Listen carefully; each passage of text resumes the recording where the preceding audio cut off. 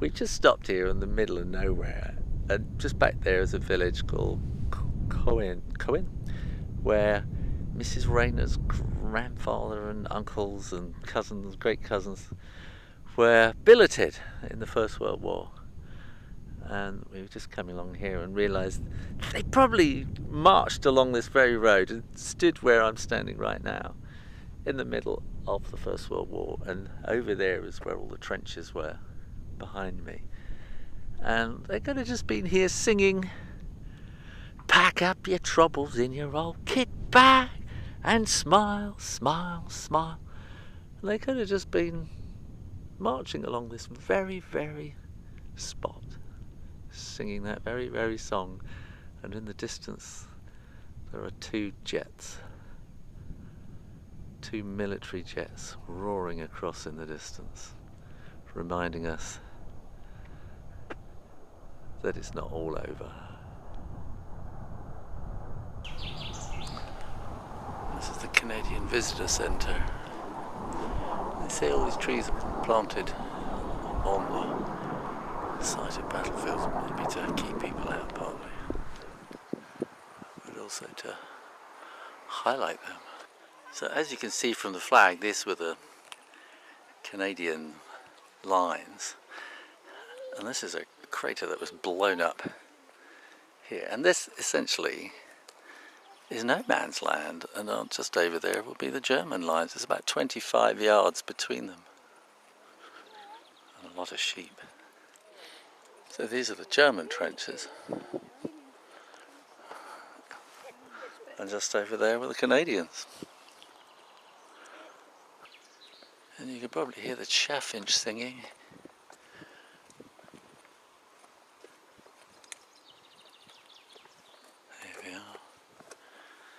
Mrs. Rayner, just hanging out in the trenches. As you do. As you do. And here we have various maple-like trees planted. I don't know if they're Canadian maples or if they're European sycamores.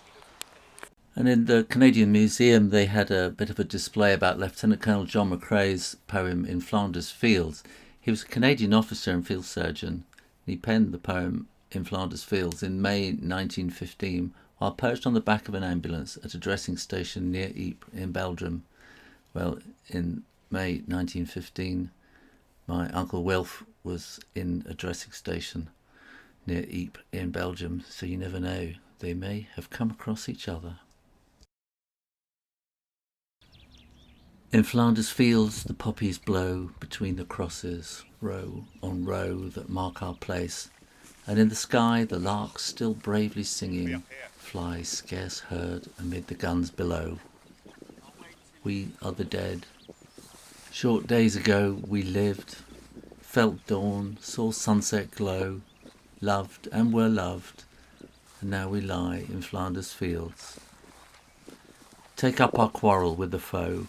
To you, from failing hands we throw the torch, be yours to hold it high. If ye break faith with us who die, we shall not sleep, though poppies grow in Flanders Fields. John McRae.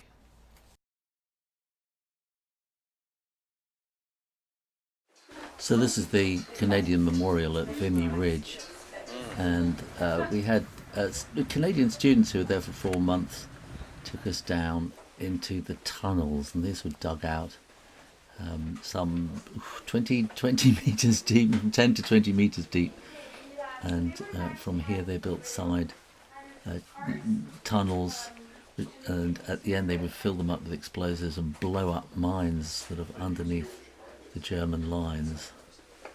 And some people just lived down here, and it was very, very dark. I wouldn't have wanted to be down here. Well, we've come to see the Canadian Memorial, but it is raining. It's there somewhere.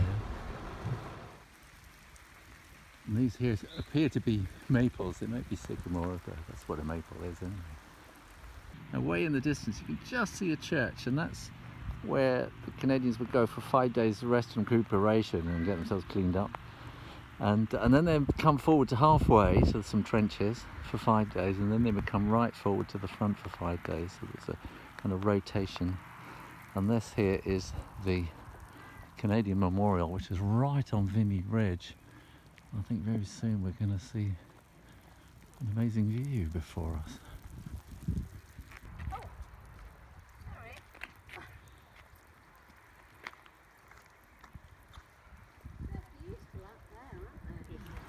To the valour of their countrymen in the Great War and in memory of their 60,000 dead, this monument is raised by the people of Canada. And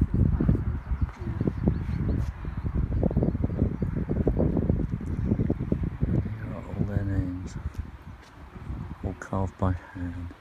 So all these blocks were cut in a shop and brought here, all numbered and shaped and placed. And then all the carving was actually done in situ once all the blocks had been put up.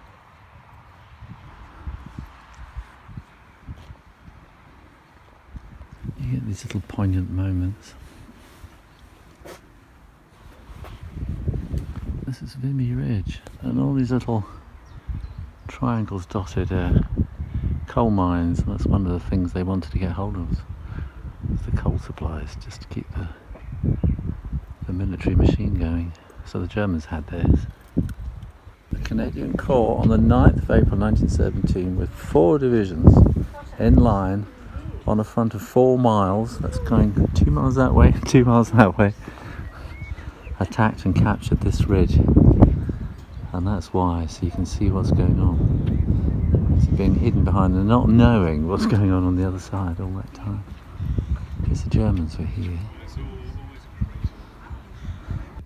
This is so dramatic with the dark skies behind and the illumination. It felt like we were in Minas Tirith from The Lord of the Rings.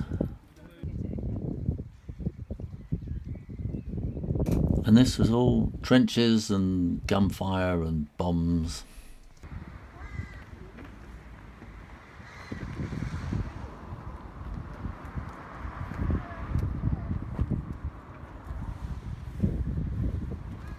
Look at the beavers down here.